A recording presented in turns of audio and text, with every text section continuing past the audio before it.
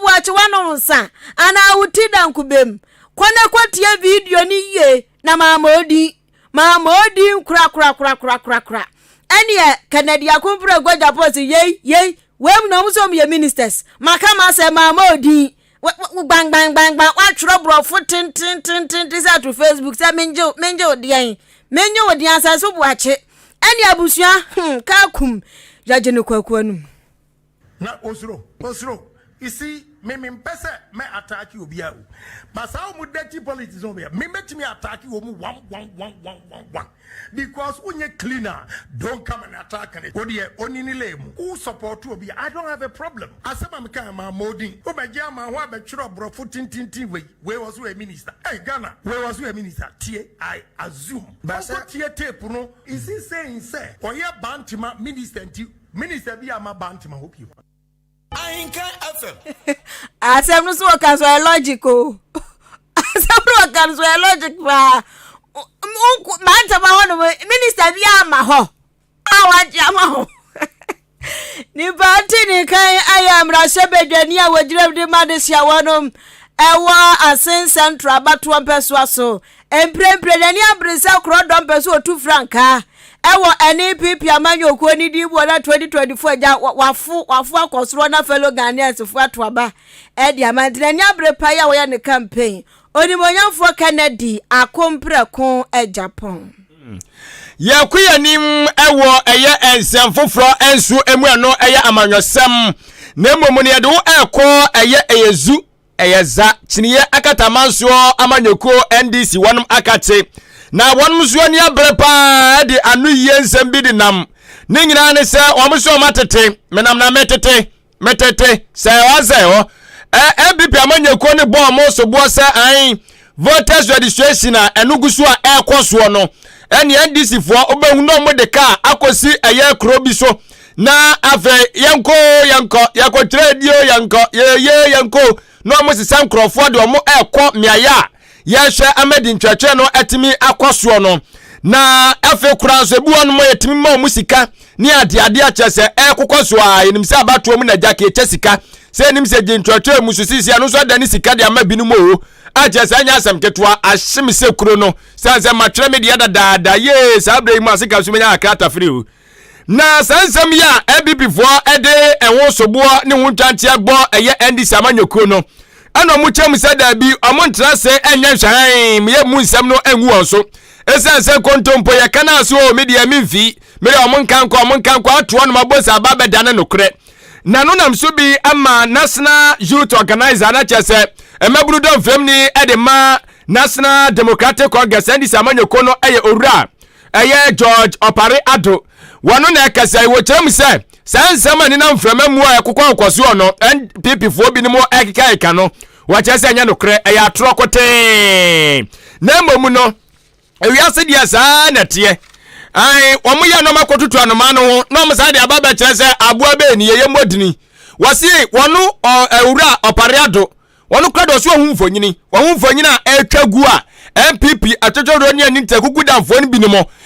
tata binimo ma binimo sika se wonu mu ni fie nwote kora atenkyere atwa mo konom ko kyerɛ mu dini enti ye MPP fo ni mom na yes etu sa na mo no ɛna wo beso mo dania de begu NDC fo eso na o kyerɛ mu se sansam no nyina no de on de ogidi ye se NDC amanyoko nya de so sando to ye no mo ye wo mo de omo hwe ni mu se abatoɔ no edintwatwa ekoso no ebetimi akoso tote ama nyomatimi akọ eye enkan na enye so mabọ mu trimpose we so no omba be se nkrofo asebe mu ni fie du nwotwe se tenkyere mu kwa redisa wose se trimpo no enya de se ekoso eso wo NDC amanyoko ni mu na mmom no eye bibifo na eye saade no ena omo aboa pa pese omo kontra asem na de be folfole eye NDC fo se so omo amoto na chese sebe mpraduasa omo enkansemi ngu obi so a omo trentena o no omo keka omo saa enti wei eye owura George Opare Ado ma yentie na mane bonu mu nkyiremu There is a saying in Ahenkan, there is a bird called the Santrofianoma. It goes to the end of the water, muddies it, and comes back to ask you who went to that side of the pond to muddy the waters. That is exactly what the NPP is doing. We have seen videos of the NPP dishing out money, videos of the NPP going into communities and giving out money to people who have not turned 18, people who are not on the register to go and register. Have you seen any video of anybody from the NPP passing people? Let me also say that in every registration process. Ahenkan FM. Nadia say NPP for mum and Ora George Pariado no eye Mabudon Freni de ma National Democratic Congress this amanyo kono chirem se omo and etu sa na mo no and omo apese omo pra say and this for to mba bi omo nkasa aye no omo jom wanji ompa asam da be se omo kon na enu achi and Ora Pariado krampo chirem se we dia se kanya ne bone so kra kanya ne bone so se ene aboabo ana de me faja enye example mpoi ana se mfato eje okromu ho hwe ekwa tentini wei na nanuoma aye den atese opa anwa hunu wasene mu na obi firi jahaton eba odan ade oba ba ye de a yesi opese otwe ne de kọ abato enwuma ni mu saa keke na abato duro akwakwato abakọ yi panyini na sabio wa manadwuma aye eno no keke o na wo sa bọ ho eka enti akoba ne sana chese ha adwere no kire mu se saade ekoso no kra se ekoso saade na wose ye de ho sobo no ebo eye electoral commission abedwako na so abato dwubade toto yeso esan se amanyako nkaya hodo ni nyina ka se maamie fa di nturo yi bra fom o di nturo twon fa bra fom na obi anya akonya nturo ni dini ya ka maami se tentina tintiniti wanya de so obeye ne sa eno ono aye de open wotena na tra ekese mo mansira wodo mu eno otuature din no na obi asabio otedwa ha no na se ene wakotu akire panyini se panyini madifisi adun watuo na mbese nkotwire medini na so menika sika enti buame na panyini to ne botom no yi bi de mana so no kura wo bua medi ntwatwa ne dumadie no etimi akonkan to no de ohuni se saade ne kura ka ekoso akanya boni bi se so hwe nkrofo bi asabio wo mu firi chichiri obi na asentu ade nko ana na asentu abo nko ano be se 100 series ansan waduru bia ya asabio di twatwa no ekoso no na eno aban betua ne ka na aban na dis kan be ma no enti ono de ohuni se fomso bi ani hu boni bi ani hu enti anya asem a wose ye hia ase kura twene darure ne ayi bebre na mom se bia nkrofo mu ni ifie dun wotwe ni ehso mu kutupa de sika dada wo mo amo makokoturo mu di no enu mom ne wose ye pe ho asem ne yetimi enso so eka. If I have to leave Kotoje to get to Ebru, I need a minimum of 30 Ghana cedis to be able to come and register. There is a town called Achamasin in the constituency. It is beyond Kuforidia for a young person who has turned 18 and is unemployed. To get to the center in Ebru, he needs a minimum of 90 Ghana cedis, almost 100 Ghana, to be able to travel from Achamasin to Ebru and back. There is a town called Suta Epred. For you to be able to travel from Suta Epred to get to Ebru, a young man who has just turned 18 or a young lady who has just turned 18 and is unemployed needs a minimum of 150 Ghana to travel from Suta Epred all the way to Ebru. How many people can afford this in this current dispensation we find ourselves in? We all know how bad the economy is. Registration is being done in the community very far away from where we are, and so we've mobilized. Ahenkan FM. Opanyini waye mabunu don freni edema National Democratic Congress NDC amanyoko no Ora George Pare ado ena edi ntwetwere ye twetwere said be ya de shomadi fisha dun wotwe ekro no a omoso amamra ne ma ho kwan se omutimi eche omadwen wa abato mu no omudi be kosa abato nwumani mu no ena opanyini so ekire na adwene ewo ho ono na maamene de oka wose wonfiu wose ade na nya bebre ya ye betwere no nya din bebre no mo hwe animu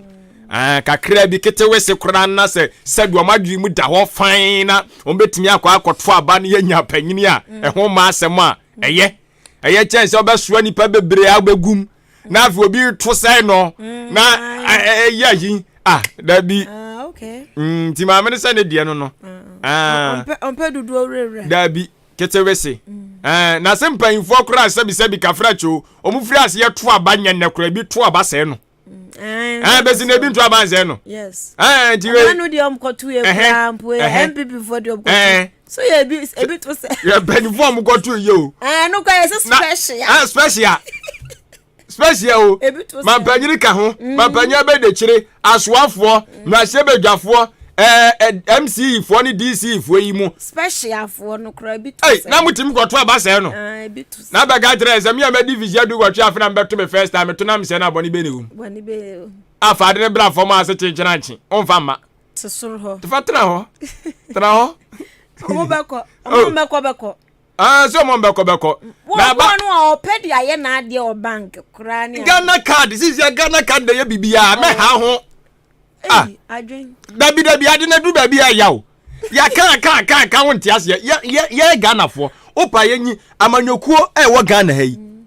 MPP pe eno omo de omo ne isi adwen ye baako se ndisi fo so te so no the same thing 2012 enya bi no omo so ebi no omo ye but me mfa nya amanyosem kura se yi etu de me fa se ye du ye amanyokuo du na baako ne wo adwene ko benkurom na ye nkono no yese ade na wo ye ne ye mpene a ade na wo se wo ye na amanyokuo okro ma eyedu se ye enso na me de me kura dabi mpacho nya mienu mpacho nya mienu ade de nya mienu dabi mienu na agidin mienu ajo mu je agi hu je ni no matter go to back door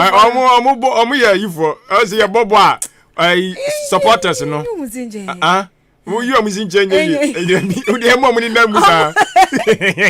omo wuzo gra de mo ni na musa se anya wi aka ma ye obi wo ho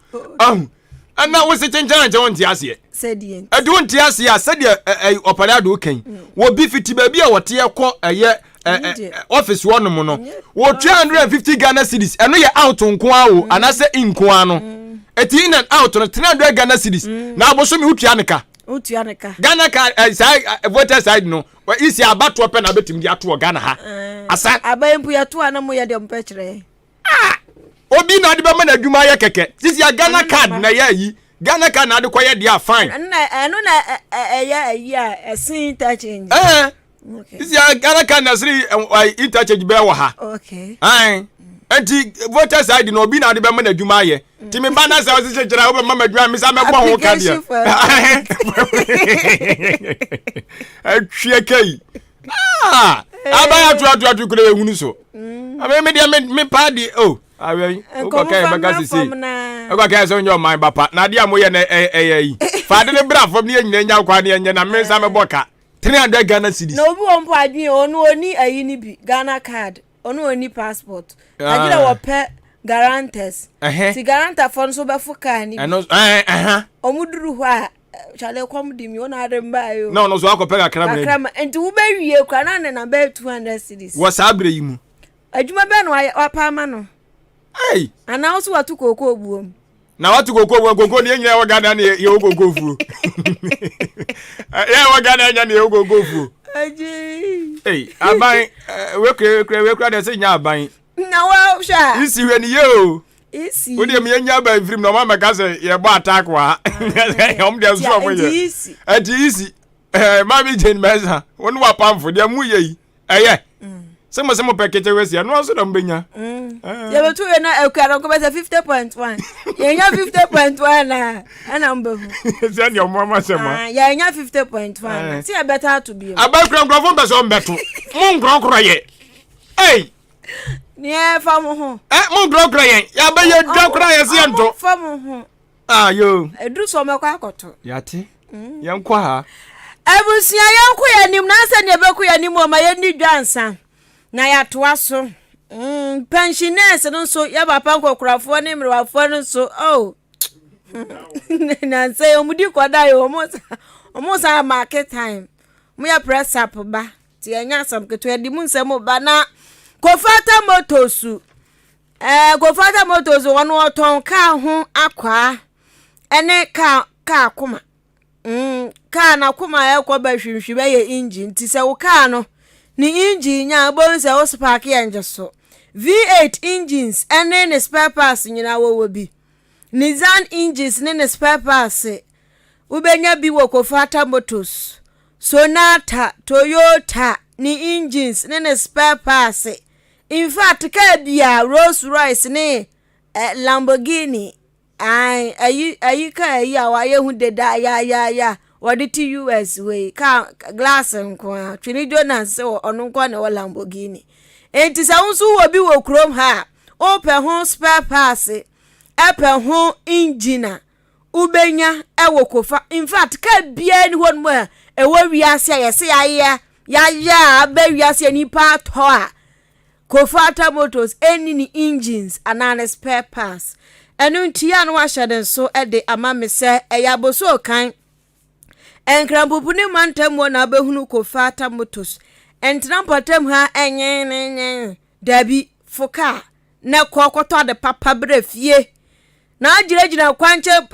sebe putu hwe baabi mami inum ko try mancha makwede bia bet obeti wona sika wase kura na eche lorry fare ka enti fakato kaso pe lorry fare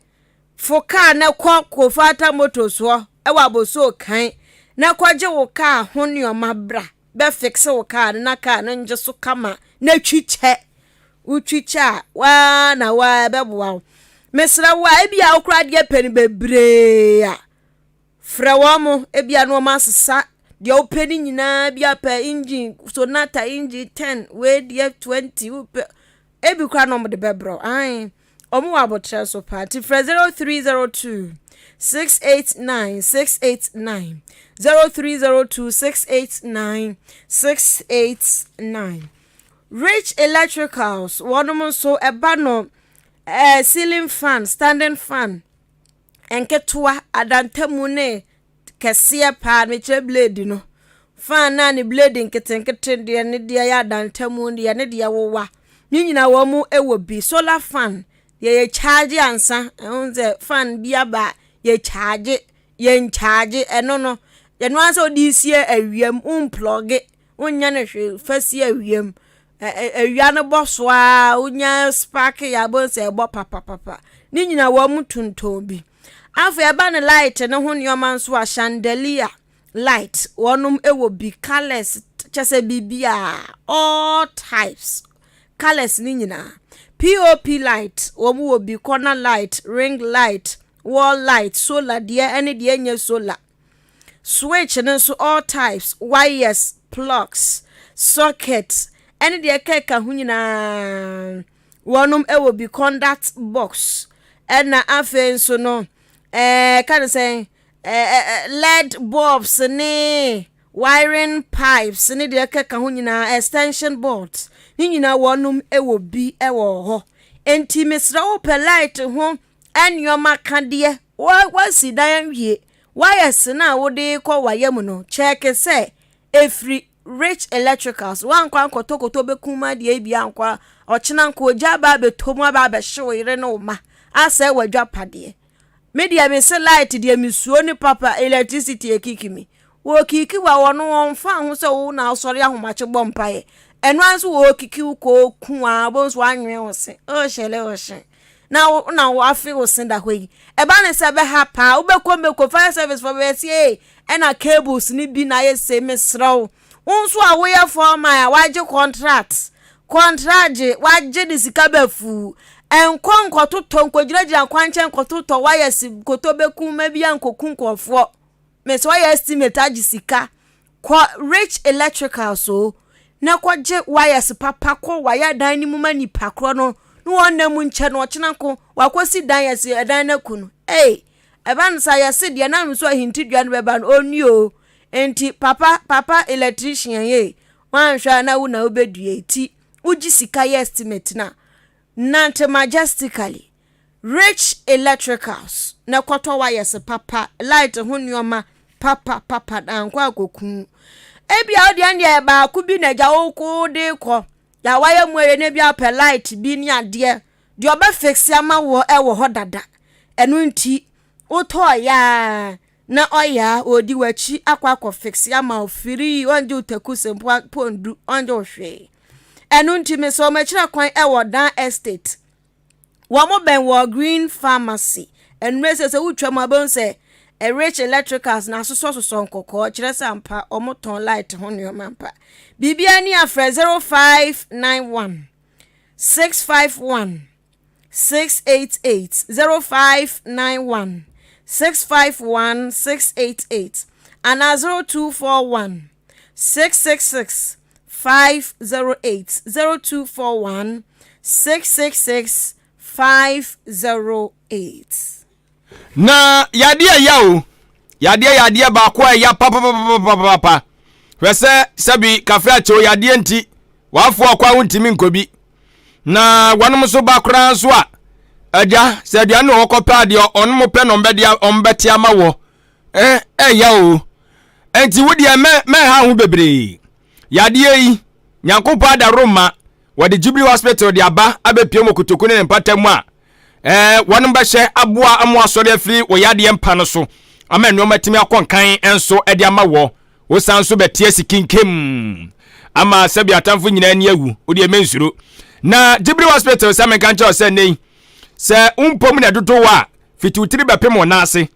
mepaatɔ fa bɛdan wɔ mo na wɔnom hwɛ ntimi ɛmoaw sɛ ayarehwɛfo a wɔn do ma ba yarsabia hɔnom no wɔnom tinu abɔbew bana pomden mu nimdeɛ deɛ a mepaatɔ menkɔgoro wɔ mo ho ɔma bɛn pa na damu ni nyina so wɔn wɔ hɔnom a wɔnom ɛtwɛn sɛ ɔbɛba na wɔnom ahwɛ wɔ na ɔma boa wɔ agye wɔn kwa enso ɛde ama wɔ na mepaatɔ yɛde ɛyɛ ɛnɛmfidie atwetwe huro anintire kukudam fidie mu mfidie ene yɛde aba we ya ba fodie de bia wo ene yɛde aba yi na no timi boa yɛ won fidie de hwɛ onipadua ni mu boa de ba hwɛ mogya mu boa de hwɛ odunso mu sabi kafracho boa de hwɛ wagyanan mu na ne nyina timi aboa me ba bia yade pote no epese egi nipadua no boso ne timi apa no so duro anase ano so ano de ama kama na timi aboa me no makonkan na ye hono no yempe eye haw bia ye nimu ye ho ne ye gie hudie nti no yahye de pharmacy ni bia ba yahye ye honum tiwe no eye woyarehwani no ehye wo no wie ya wo twere nduro de ama wo no na wo kɔ pharmacy wo no akwaje nduro ebi wo no me betwere de ama wo na afi na bia bia wo firi ba ye no wo kwa awa ewo kora no aduro yi se bi drugstore bia ni wo shop bia ni wo no anas pharmacy shop bia ni wo no betima konya aduro bia to eno so akoya asem foforo tiwe no ye twere nduro no ma awa no na wo ji nduro na etimi enso aboa ye pa odi aka no so wo kwa behwe so na watimi amne mena na wa no nom na etimi aboa ma wo mpom no SP asita me pa cho oba wa fa afuro hu wo kura de we bre di kan ya wa fa afuro na eye bre edi kan wa fa afuro sa no eye bosome nkona kwantuo na wo kro no emu wo haw bebre sem bebre wom enti wo hia nimdefo a wo nimdeɛ ɛwɔ ɛba no apemfo enso so ntotoye mu a anase apomden ho a na wɔn matimi aboa do afamu a tibosome nkro no nduru no sabi ubon se wɔkɔ awo so a ɛyɛ bɔkɔ sisi ano a wo no afa ho afa oba me no matimi akonkan enti atenenta care no ɛyɛ adeɛ sɛ oba Jubilee Hospital ɛbɛhwɛ ne yɛtimi aboa do afamu kama na no makonkan na no achi no sɛ oba adeɛ yɛ adom na bosome nkro no wɔde wo ewie twa na owo fa ho fa oba wose abofra no enya aduane bia na wose wodie wo baatan no so nya aduane bia na wose wo so wodie enya ba bia na wose wokɔ enya bre bia so ne bre wose woda so hu abofra no wawo no enya no wose bu on made ne hye dembes na wotwe na wotwe mien bes bosome ansara odi na pie si wahu ni kwa so mabosu gugu ne so enkyekere bebre nya aduane bia na wose wode ma no ai eti sancheche ni nyina bekoso wo so obaatan no so de be ya sabio ekura ba yam ne be wu ntem no ho akwankyere nyina no eyade se ekura yen be hwe ne yede aboa wo se de be ya abofra na wode na baatan fasa asesu no benyini na ne mpom ayeden na afi sabio na ho ofena kusua so ekura no na so ja ekura ba yam no so atimi awu ntem ama no matimi akonkan kama enso edi amaw na enu achi no me pacho se wapira na ye honam nani ana se emu me pacho ni nyina no wose me kan kyerɛ se pra ne mfa wo ne kɛse ase betie wo de bedan wo ma won be hwɛ timi aboa na operation atimi akoso ye be hwɛ na gya ye siesie kama na timi aboa ma no matimi akonkan operation de wo kwakoye ne wanya asabia ma pa bi ankwa wo be wie na akire nsɛm no kora no esanso akoye beberi na opemfo awa kan me pacho obi bi oba wo bia wo de ekwa yarsa bia mo akwaje akohwe no wawo no se wanso na wo kwa kakan miawani kakra wonya duru Jubilee Hospital pe ho no mo agina bowura ho me pacho esanso wo mo gye awo na mo Jubilee Hospital no ba na wo gye mu nimde a obo ade de adom mo se tam wo mbehwe amoawo afa ho afa ba no akɔka wabusua enso ensama mu nyina mabom ato ozana na kyese anigye nko a me pacho Johnso ya hwese wa fe ne se said the what awia kafra ha adwene me pa cho wase wo ko Jibri hospital no hwe no mboa wo junso mu yade ni mu ha bia no wo de koda wo mo be hwe no matimi aboa kama ye ya masese bi o yare ne bra ni en sho ni en gisika eno ni ye de suade hunu da bi ye ba so benya pomde mapanti ya pau abedwaku a mo hwe e man kyerɛkyerɛ e ba no eye apomden ho ase de be yankofa yade bia akra nso emfa ma wo ho na no nko gya wadwentwe bebre na sabika frache yade ba akwa eye nie na mesrɛ sɛ bi nto odehye biara ebi ato nso so a enka achi kafra nyame bɛyɛ enu tina Jubili hospital aba no eye eniyade yi won sem bebre wani gya no adumo ho ko Jibri hospital omehwe no maboawo na afi no wetanso atimi anya wani kanea ne biem ama no matimi akonkan edama diabetes ne hypertension me pacho eno so yarboni bi ase etoba kyerewo na wampa no nso ano ntem wode onkakanga no fonofo wani mra ho so no na wone amoche asinkonya akyese wobusa okwan so ewo asamado enu nti me pacho bomodien na ekọ Jibri hospital na wonom hwe emwa aduani bia obedi ewo yatran ye honom anase aso obia ne ahwe ehunu se wodi a emfa yade bia mre onipadua eho tiyopo apomdin se achiba aban de ne ankorankora de ne nyina ne ye hwe de djuma etimi de aboa enti no aduro bi wa wose de ma akwa yade bi wa wose hwe akwa ne nyina ne ye ne sapepepe de ma ye chiri kwan no nya yira kwan Uduani chiri mu odan abo kwantempon no eso amantra samso no so wono ma na obehunu yatran ekase no enti se wo free odan na wo ba abo a onsa benkum eso wa amantra bridge ne so wono ma sanso na wo free abo na wo ko odan onsa nifa so amantra bridge ne so wono ma na afi wo so watimi akọ no akọje ayasa mapa 0244 575799 0244 5757 99 and 0241 784645 0241 784645 Jubili hospital and pay for mon komo na wonom so enhwe na wonom emwa wo ebi wo kra obehia se wo se ba ofie ni ebehwe wo ni nyina no ye behwa ye ne sa pepepe e de ama wo me pa cho ejanam kwan so a wo ba akato na bro na chese waduru Nyankopon ya adoma eda ya wade di anim ya eno ye bobo so de toso aduonu ba kwa fimpino ne aduonu miensa 21 September 2023 wada Roma babi bia la obutu bia babi bia wo hwemi bia babi bia wo tie mi firi bia ye nyina ye bebo ademu e wa achim aboabo eho ne ye nyina ye bebo ademu Ahenkan FM abobo anu wono ma no pa no ngoche pepepe na ye nyina ye di achiemu ye homegeda ntinu me pacho we mfa nsem bia me yi hu anu nkase na me ko adwuma na adwuma afrem ya me pacho ye homegeda ntibomodin na brabi na ni nyina ne se oba ye odo anigye so nkabom tuhu acha dwumadie na eba bekoso Mache Foundation and Fundraising ceremony no eno na hwam na koso ti Mache Foundation no ye hwene apa ho entoma we foto a ye bo enye sese bi ye bebo na ya benwuna ase da bi akogungrofo botom ye hwene de abeboa sabi wonom a abrabo yi mu womo de talent na wai afi wonom asabi ebi kura so da yade mpaso a chese omoto omani a ento ba bia ebi mo so ehia nneoma bi ebetimi aboa mo masetena konkan enti ye de beboa mobrowafo nyanka ewisia nomo ene ekunafo nomo chese obi ohia amoa bia no a chese enhihye ye egu apono so ehwese etimi eboa no bia no futuei ba behwe ne etimi de aboa se de be ye noma betimi akonkan oje ose amoa nipa wabra yetiase owari junior no enti nyina ye hwe ne mo aboa ye ho wadaruma mepa chonchechiri mu Kasiebo de mediama isu no woje e de free mpanfo nchen e wo frenko ntabudie isu 0543 350934 0543 350934 na Mache Foundation no ye nyina ye mom ne enkan building a legacy together ye nya bibi ntowa na nchiri maba wonum ababe kai ye ne Ahenkan 3.3 FM dwumadie yi esini metri eso Ghana de shemamba mayantua enumre no nsia kan Kasiebo no eso abaino photo samfo mechira Ghana photo samfo ken kuntun kununku oforiata enanu ada den samtententinti bi batudwa ya we no osade asumbo foforo ba slapping ankasa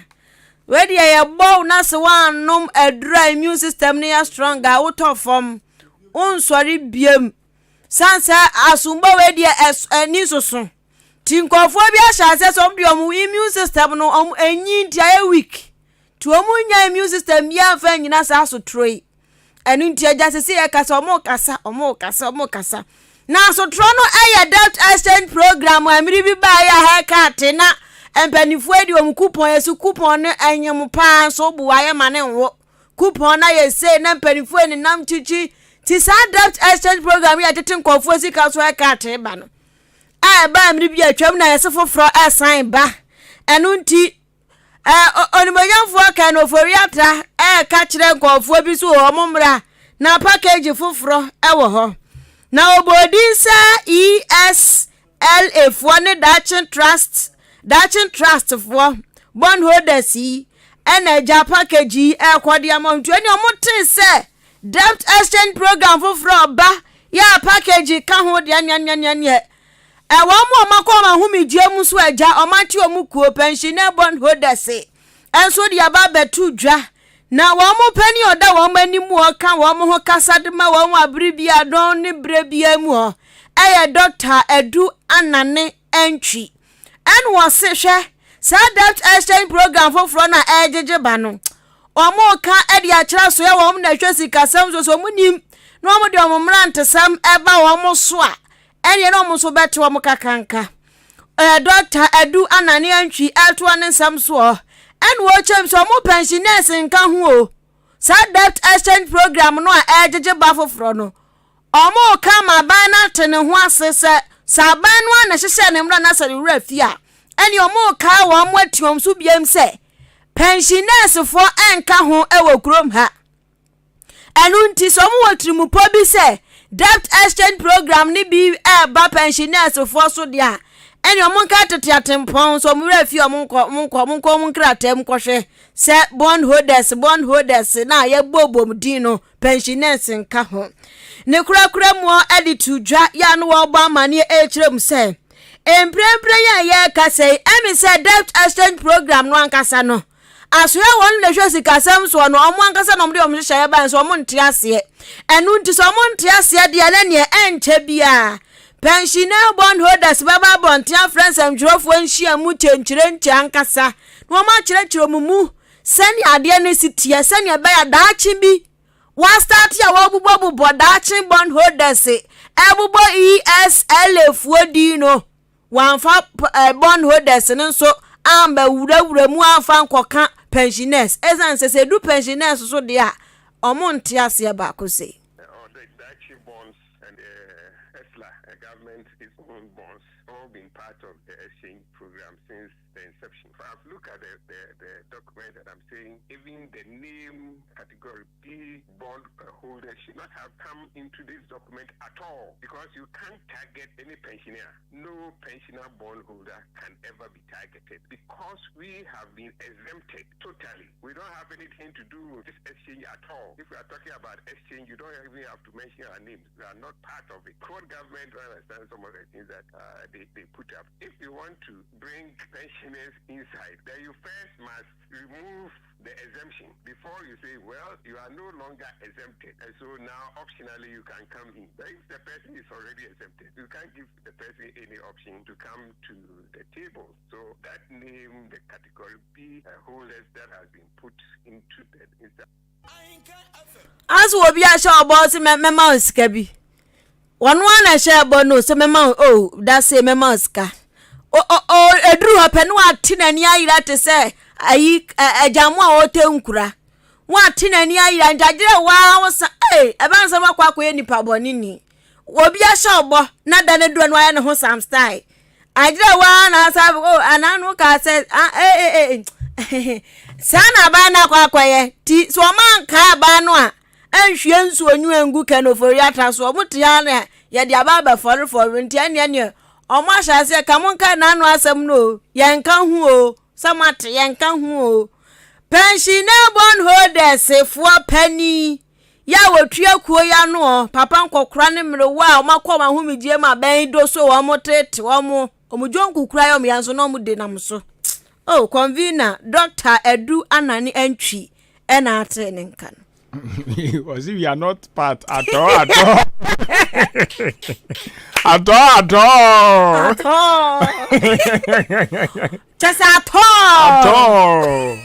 Ahenkan, you can see you could have been.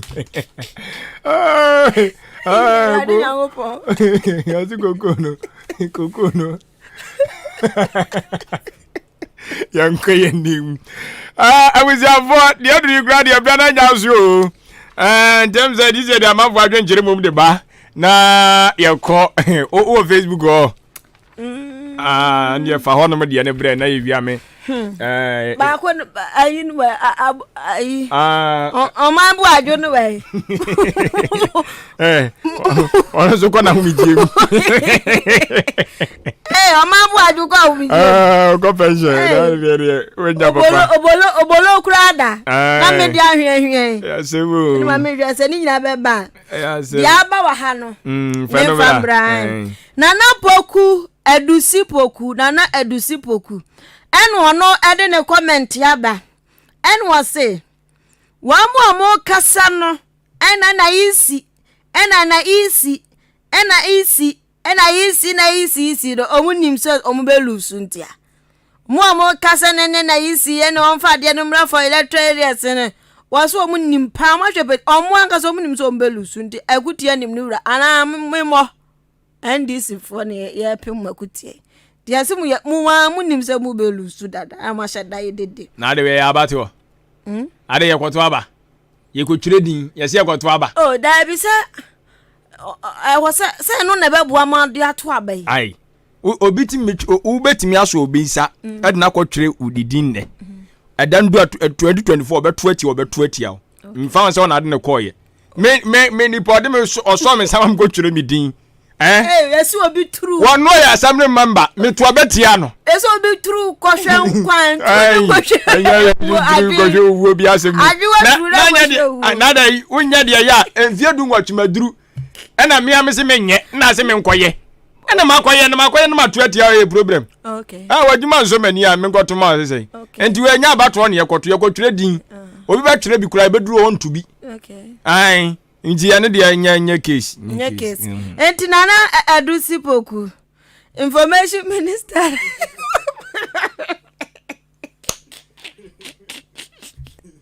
info minister reply ana asio kwa winter so enkrodo so ono so dia ana ni din ena odi aba say in advance happy birthday in advance and come Esther Chum or Accra enti so no ana nana akuamoa enso de abawa wa ni tua na na akuamoa na chese it is possible for no ena master planner Junior Kentampo aka Kentampo BMW